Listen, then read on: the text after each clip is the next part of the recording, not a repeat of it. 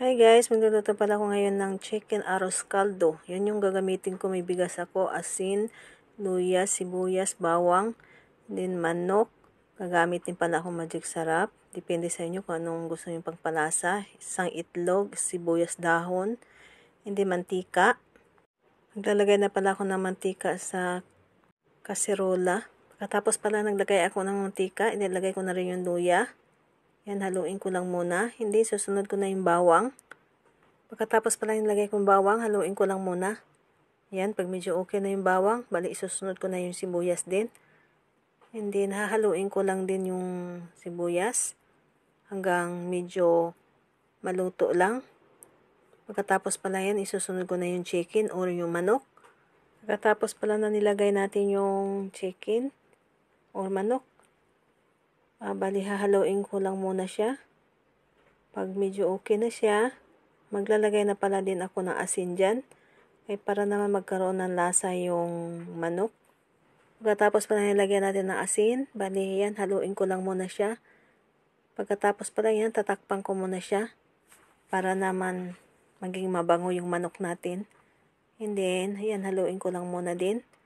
Bali pagkatapos pala yan, ilalagay ko na rin yung bigas. Yan, ilalagay ko siya. Kasi para naman magisa siya doon sa manok at saka yung mga nilagay natin na mga sibuyas, bawang, saka luya. And then tatakpan ko ulit. Yan pala, binubuksan ko na. And then haluin ko lang muna siya. Pagkatapos pala yan, paghalo ko, bali maglalagay na rin ako ng pampalasa. Depende sa inyo kung anong gusto nyong pangpalasa. Pwede naman hindi kayo maglagay. Bali konting sugar. Tapos alalay lang sa asin. Pwede rin. Yun ang itimpla nyo. Hindi maglalagay na pala ako ng tubig. Tapos yan, haluin ko lang muna siya. Pag medyo kulang pa kasi yung tubig, bali magdadagdag pala ako niyan. Yan, habang dinadagdagan ko, haluin ko lang muna. Pagkatapos pala yan, bali tatakpan ko muna siya, antayin ko siyang kumulo.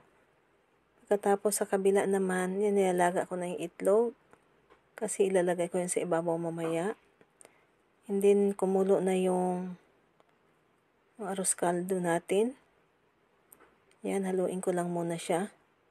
Para medyo lumapot naman yung ating arroz caldo.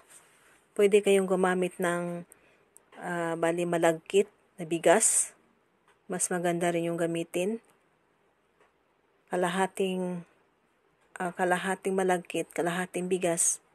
Para malapot talaga yung inyong arroz caldo. Tapos naglagay na pala ako mantika dyan kasi pipitohin ko yung bawang para sa toppings mamaya. Mas masarap ang arroz caldo kung mayroong bali piniritong bawang. Kailangan na halu-haluin lang talaga natin. Kasi pag pinabayaan natin yan, masusunog. Hindi masarap yung bawang. Pag nasunog, mapait. Yan, medyo okay na yan, oh. Medyo brown konti. Pagkatapos pala yan, bali, malapot na yung arroz caldo. Hindi nilagay na natin na yung sibuyas, saka bawang, saka itlog. Thank you for watching. Bye!